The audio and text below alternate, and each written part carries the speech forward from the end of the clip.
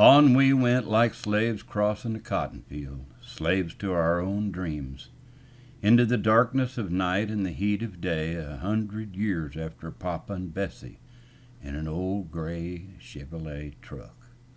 Mile after mile and day after day, hot and tired, but yet full of life and wonderment. Winding across the prairie into Missouri, over the Mississippi into Illinois, through the corn to Springfield, the home of Abraham Lincoln, also the home of Dr. David Hilligoss, one of my older brothers. We stayed for a long rest at Brother Dave's. I sang and bought enough lumber to build a cabin on the back of the truck, and we needed shelter from the sun and rain and bugs. What a house it was! 3/4 inch plywood, 4x4 beams, slanted shingle roof, double back doors, a big bed that set 3 feet off the floor of the truck so that all the equipment slid under it for storage. Home on the road. The camper was painted Oriental moon blue. Gypsy Lady was a direct descendant of Chang and Yang Bunker, the famous Siamese twins that had been sold to the circus in the late 1800s. The truck was a 65 Chevy half-ton truck. At the end of the construction in a state park outside of Springfield, all the campers in the park stood waiting for the launching of Granny Goose. We were packed. The key was being turned in the ignition. The engine kicked over and purred like a kitten, pulling the gear shift down into first, slowly letting out on the clutch. The little 6-cylinder engine died. She would not move. The house was so heavy that the truck was now resting on the tires. It was similar to the sinking of the Ark.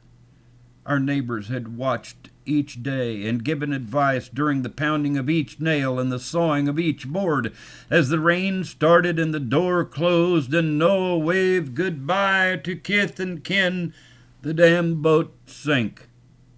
As the tow truck pulled up on the camping area and lifted the house up, we lit the blowtorch and cut out the wheel wells and fitted the truck with heavy-duty springs and sand buggy tires very wide.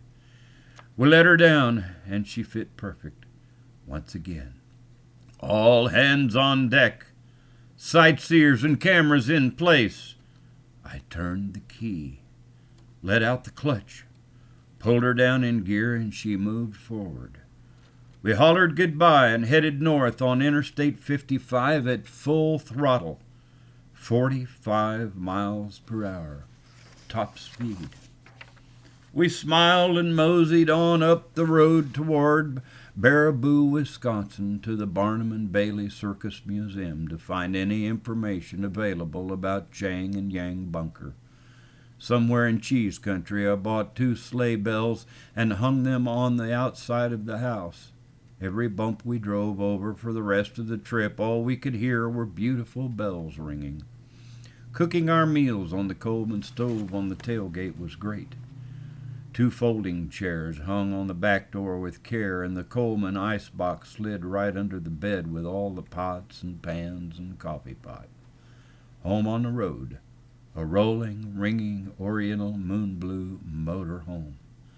Pictures were shot in each town as we traveled and sang our way from state to state. Music, poetry, and love is all that was needed. Money, food, gas just appeared whenever it was needed. Our fate rested in the hands and hearts of the American public and the God of happiness and dreams.